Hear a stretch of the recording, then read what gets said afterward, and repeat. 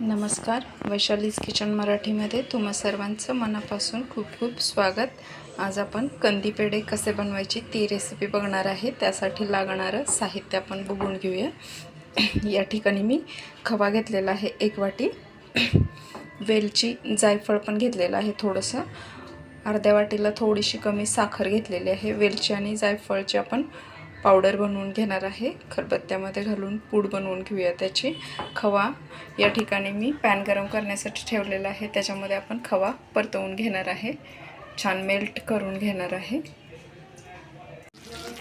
खवा मेल्ट झाल्यानंतर त्याच्यामध्ये मी अर्ध्या वाटीला थोडीशी कमी साखर घातलेली आहे आणि मग ते आपण एकत्र करून घेणार आहे, छान असं मिक्स करून घेणार आहे। मग त्याच्यामध्ये आपण ही वेलचीची पावडर आणि जायफळची पावडर घालणार आहे। खवा भाजल्यानंतर जे पेढे तयार होतात ते सातारी कंदी पेढे असतात। आमच्या साताऱ्याची ही स्पेशालिटी आहे, सातारी कंदी पेढे। खवा भाजून असं बनवतात ते। तुम्ही कधीही साताऱ्याला गेला तरी तिकडून सातारी कंदी पेढे आणायला विसरू नका, त्याची टेस्ट एकदम जबरदस्त असते। एकत्र करून घेऊया छान हे मिश्रण। गोळा तयार झाला की मग आपण गॅसला बंद करून घेणार आहे।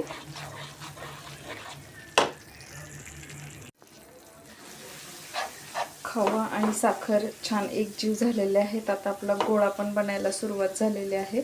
आता या स्टेजला आपण याच्यामध्ये वेलची आणि जायफळची पावडर आहे ती घालून घेणार आहे। त्याच्यामुळे आपल्या पेढ्यांना एक मस्त अशी चव येते। जायफळ ऑप्शनल आहे, तुम्हाला आवडत नसेल तर वेलचीची पावडर घातली तरीही चालेल। पुन्हा आपण याला छान असं मिक्स करून घेऊया।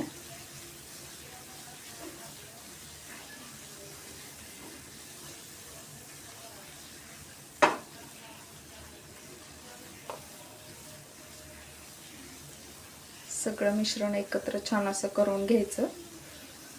मग त्याचा गोळा तयार करून घेऊया आपण। थोड्या वेळाने थंड थोडंसं झालं की मग आपण याचे पेढे वळून घेणार आहे। असंच हे रूम टेम्परेचरलाच ठेवून द्यायचं थोडा वेळ। छान एकजीव झालेला आहे। आता मी गॅस बंद।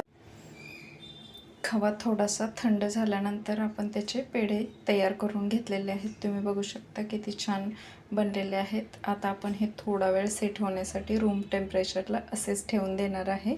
थंड झाल्यानंतर मग आपल्या पेढ्यांना छान असा शेप येतो। तर आता आपण याला थंड करून घेऊया।